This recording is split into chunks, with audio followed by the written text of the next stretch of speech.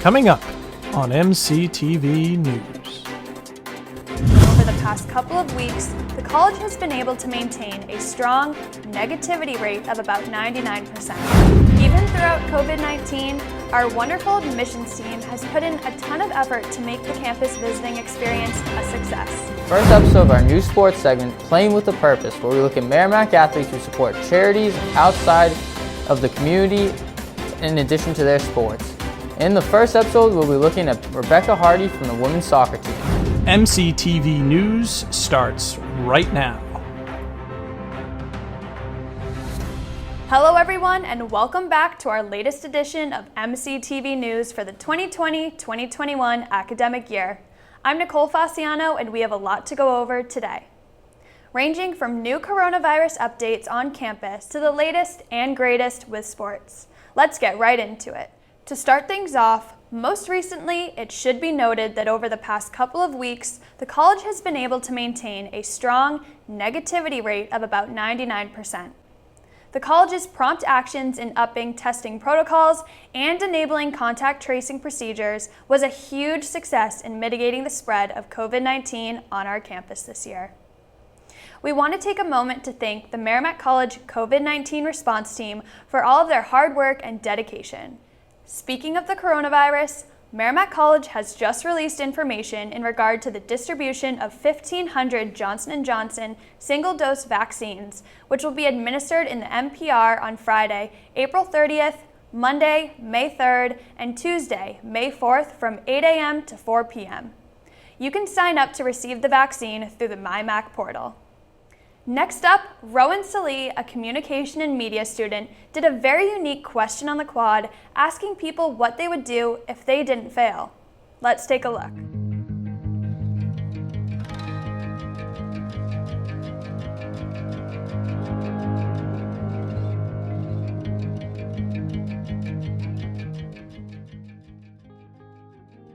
I would fully fall in love, just like completely vulnerability and everything like that. Just because like I wouldn't fail at it. Like I would be loved the same, and I wouldn't be like rejected or anything like that. And I just really like that idea. That's such a great answer. Why do you think you can't do that now? Why would you need that 0% chance of failure? I think that fear gets in the way of a lot of things. Like even just like going for one on the track and people are out there. It's always like fear and worry. And if you can't fail at something like love, then it's just a completely different like dimension and like viewpoint that I would love to reach if I could.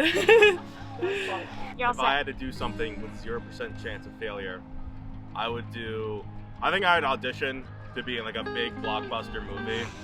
Like just at least one shot where it's like one of those classic shots where you're going out of the window and the glass breaks behind you and there's an explosion. Yeah. I don't have to be the main character, but at least if I'm in one of those shots, that would be pretty awesome.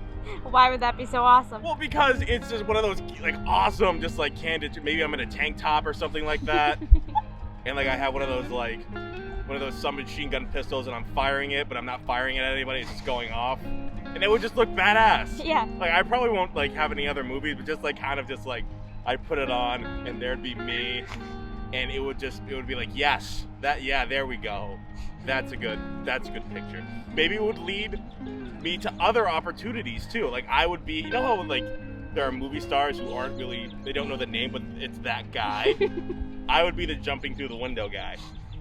So, sick. Thank you. I would like to be like the hero without the cape, because I would like to save the kids of the immigrants, stop all of this, and be fair with everybody. Everybody had the opportunity to move on, and if something is bad, just take the chance to get a better future. Anyways, the kid is the future in this moment. So for me, saving the kids, because that what happened in the front line is so hard for me. I am a mother of 2 kids, and it's painful to see the news every day like this. So yes, I would like to be that, and a billionaire for buy a lot of food for give it to the homeless and be nice, good vibes.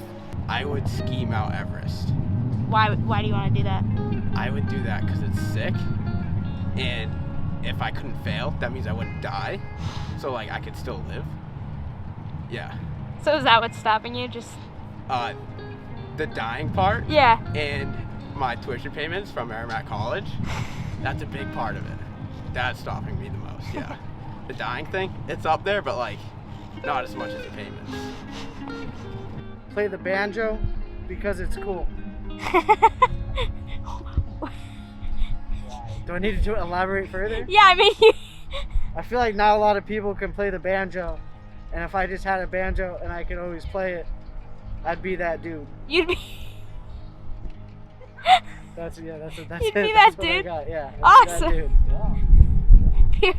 That was like the best thing. Yeah. If I had one chance to do anything in my life and never fail with it, it would play guitar. I would be the lead guitarist for the rock band Kiss. How come? Why is that so important to you? Music means so much to me, and I've always wanted to play, and I've had very, very talented musicians try and teach me, but I can't get what I know here Yeah. to come out here.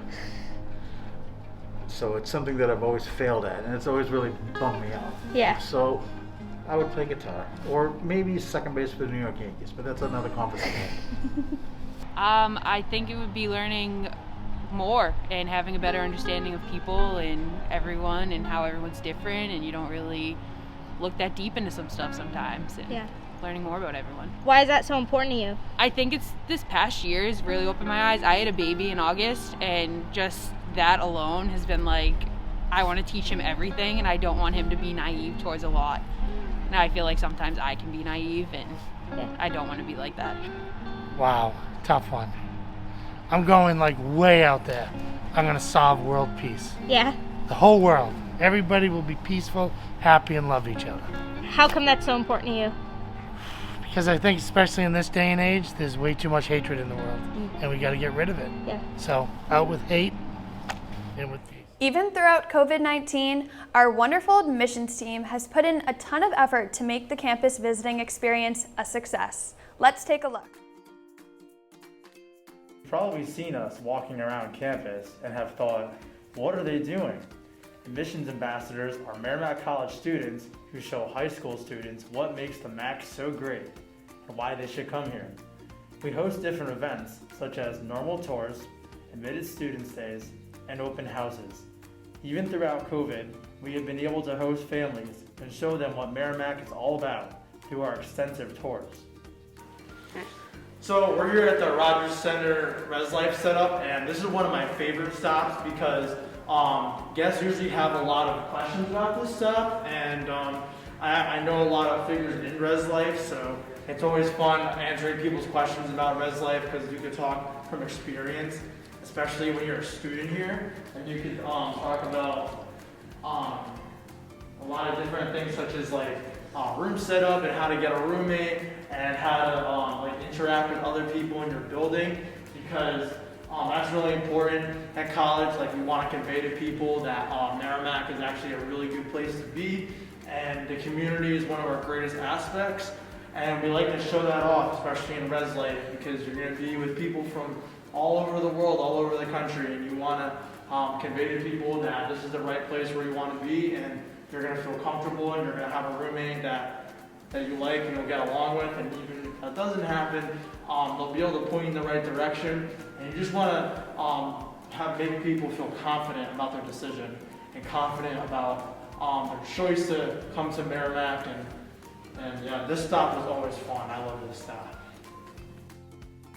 If becoming a part of our team is something that interests you, be sure to look out for information on that next year. We are proud of what the MAC has to offer, and we love to show it off. Most recently, Merrimack's Office of Student Involvement just announced the winners of the 2021 LEAD Awards. Be sure to check out the results under the OSI Instagram story highlights. Up next, let's send it over to Shaun McAvoy to hear all about the latest updates in Merrimack athletics. Shaun?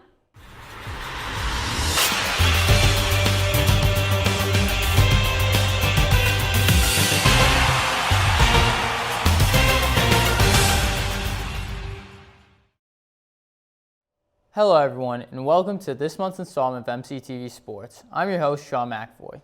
Although there have been some hiccups here and there due to the pandemic as we push through the semester, almost all teams have finished their seasons at this point. The women's lacrosse team closed out their home finale with a win against Central Connecticut this past week, winning 15-3. That win led them to a record of 3-10.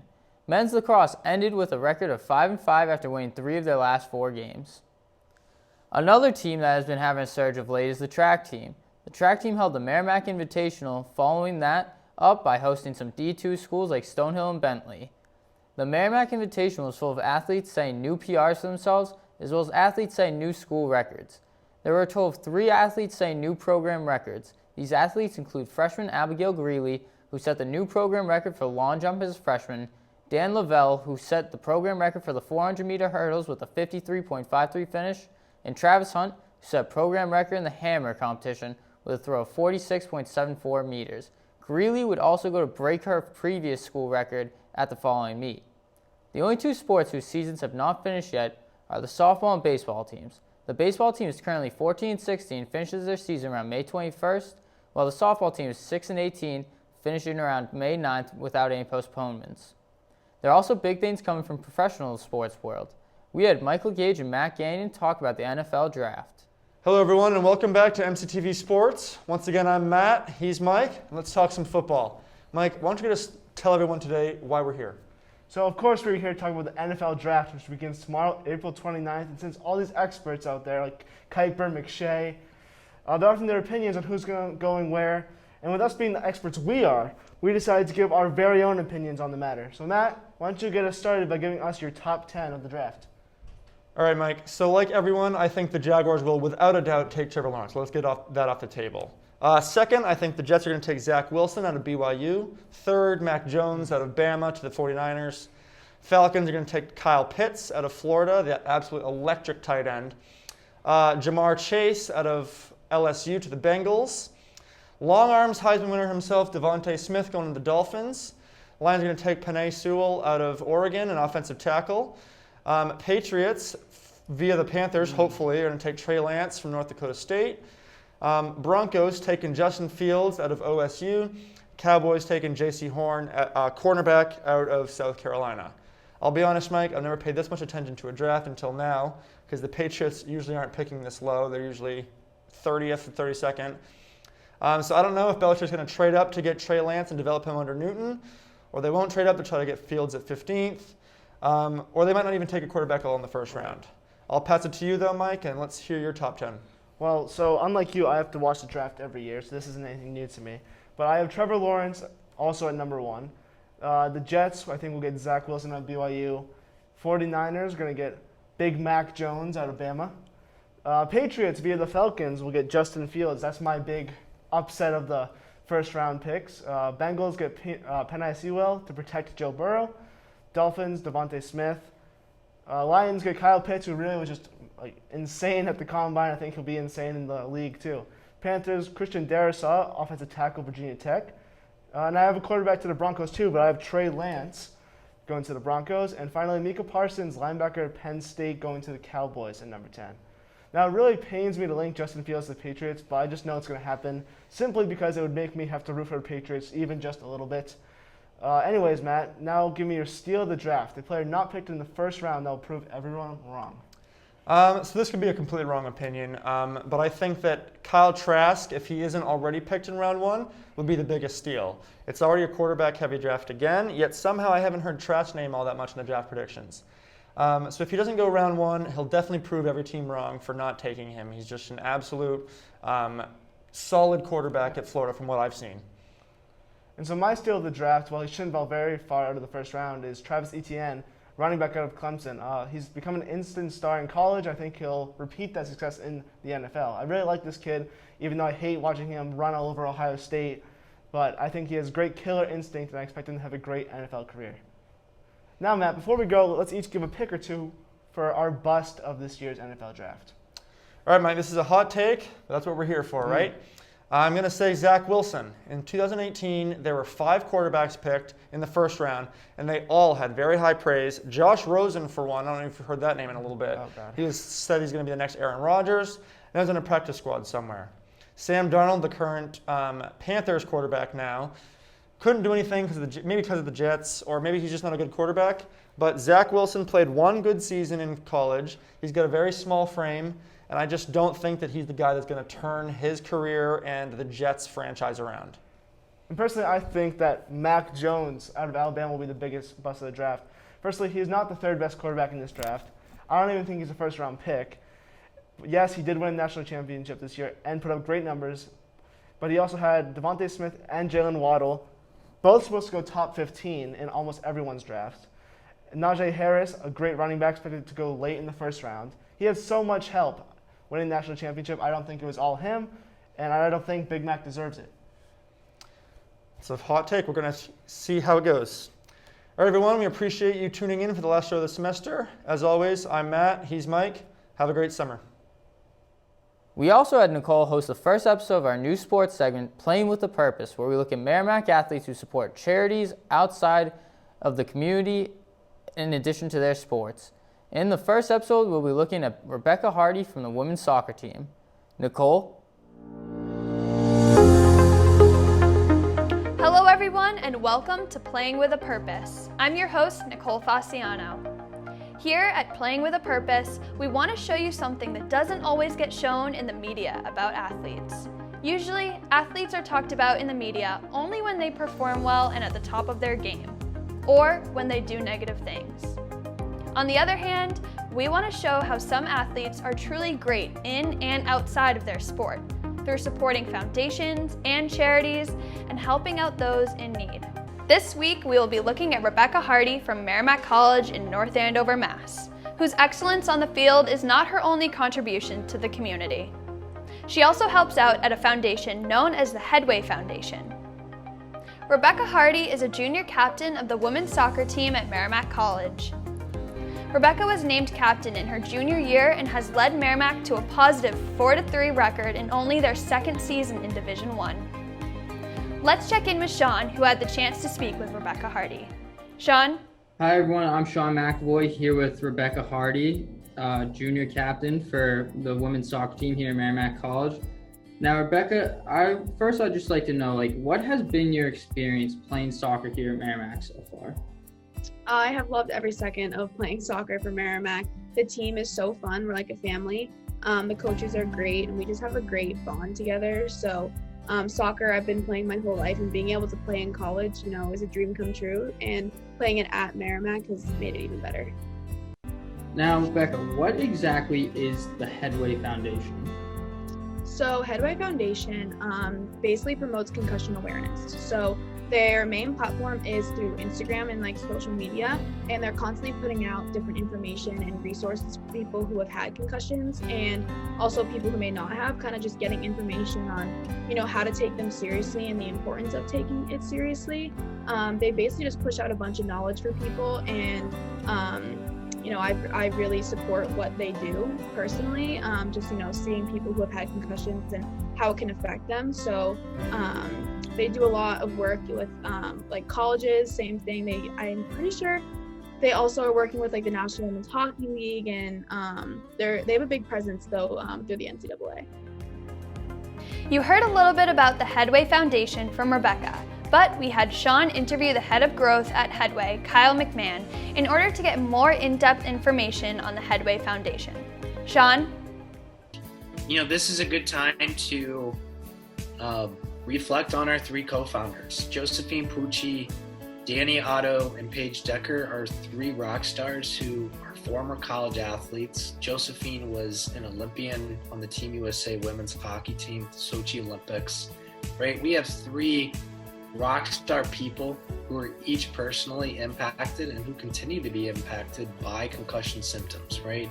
It's an initiative that truly cares about the athlete, truly cares about other people. So, I'm excited to see what the future holds, that's for sure.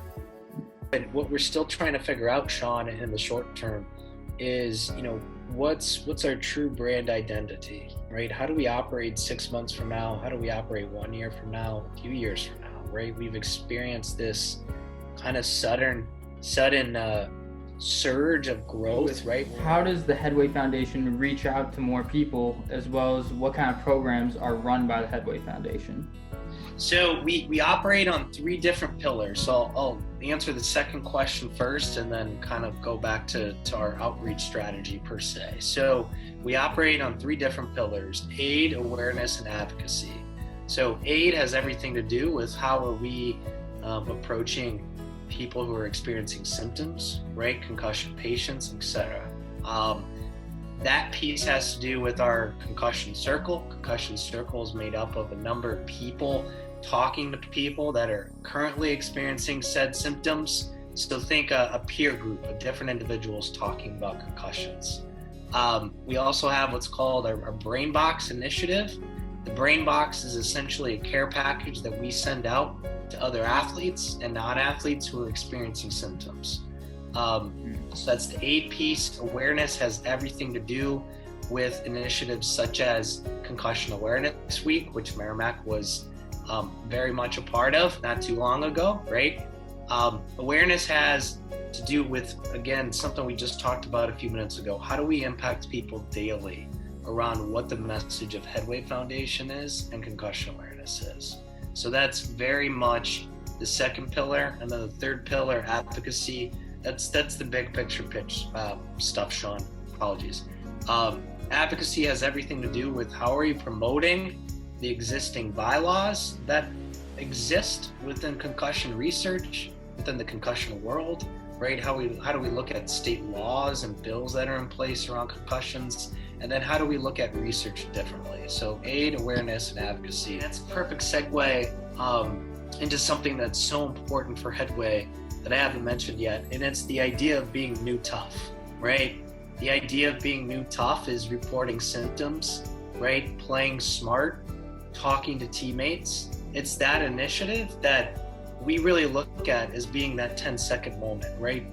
The idea of being new tough isn't to go back onto the court, the field, or the ice, right? It's to take a step back. I would love for every young person being introduced into sport or non-sports to know who we are, right? To know that there are people behind the scenes who truly care about the industry, but then that also care about patients, right, who are experiencing these symptoms. There's so much more to this, but if I had to answer your question with like one quick reaction, it'd be, how do we impact those young people at a certain age? And if we can do that, man, then we've accomplished our goal one way or another. Well, thank you so much for being willing to sit down and conduct this interview with me, Kyle. It's been a pleasure to meet you and to talk about this foundation. And I look forward to hearing about this more in the future. Absolutely. Well, that will do it for tonight, folks. I'm Nicole Fasciano, and this has been Playing with a Purpose. See you next week.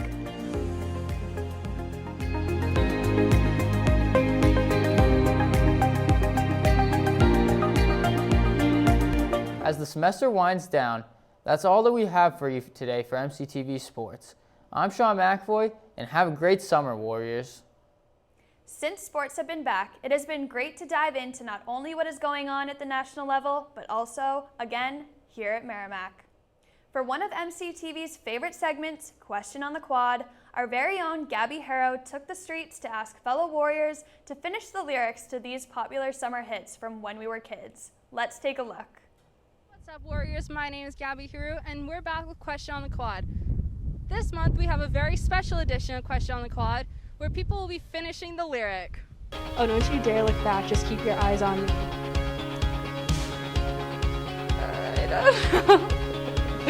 I don't know that one. Get to the club in my taxi cab. Everybody's looking at me now. Like, who's that chick that's rocking kicks? She gotta be from out of town.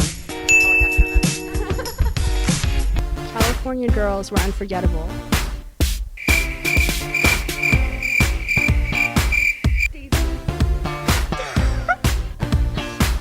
Daisy Dukes bikinis on top. Get to the club in my taxi cab. Everybody's looking at me now. I know the song. I don't know. I don't know. It's by Miley Cyrus. Yeah, it's by Miley Cyrus. I don't know the words though. Wait, can you repeat it? Get to the club in my taxi cab. Everybody's looking at me now. Isn't it like, now who's that chick That's about all I know. I don't know anything else. Like, who's that chick that's rocking kicks? She's Gabby from out of town. That's it. Oh, don't you dare look back. Just keep your eyes on me. Yeah, I got no idea. Shut up and dance. Yeah, that's the song. So we got like the last part of the lyrics. California girls were unforgettable. Fine, fresh, fierce, we got it unlocked. Something like that, right? That's one of them, yeah. All right, get to the club in my taxi cab. Everybody's looking at me now. I hopped in the plane in LAX. You have to finish it. So finish from that part. Get to the club in my taxi cab. Everybody's looking at me now. Party in the USA!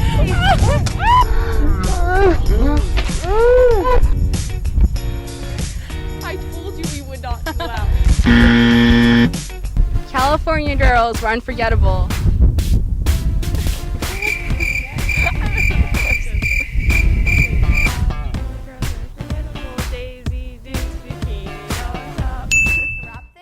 We're going to send it over to Alex, who is going to go over the April police log. Alex? I'm Alex Conte, and this is the April police log. On April 2nd, a student was advised of an odor of marijuana in South Res and would like police response. Don't tell Stephen A. On April 3rd, subject waved over officer because they witnessed someone urinating in public in the sack lot. Here we go again. On April 5th, Rave Alert stated there was a suspicious male in his 30s not wearing a mask, last seen walking towards Lot A. On April 6th, a student came to the police station and filed a no contact order against another student. That's one way to social distance, I guess. On April 9th, officers responded to a noise complaint in Royal Crest. The students were told to keep the noise down. And also on April 9th, an officer responded to a report of a student trying to use a screenshot of another student's Co-Verified app to get onto campus. An officer spoke with both students involved and advised them to leave campus and to quarantine. And then on April 10th, officers confiscated drug paraphernalia in one of the residence halls. On April 11th, students called to report to a possible breaking and entering that happened in her apartment while they were out. And on April 12th, officers responded to reports of an unauthorized guest in the apartments. The guest was trespassed from the property. On April 21st, student security at the Elm Street gate called MCPD because a burgundy Ford car did not stop at the main gate. False start. On April 22nd, a resident student in St. Thomas called to report the toilet is overflowing and started to flood in the bedrooms. The facilities is responding. There's a song that says, all you need is just a little patience, and that can be applied here. And on April 25th, a verbal warning was given to an individual that did not stop at stop signs and was driving with a suspended license. Talk about a double whammy technical foul. And that is all for the April police log. Back to you, Nicole.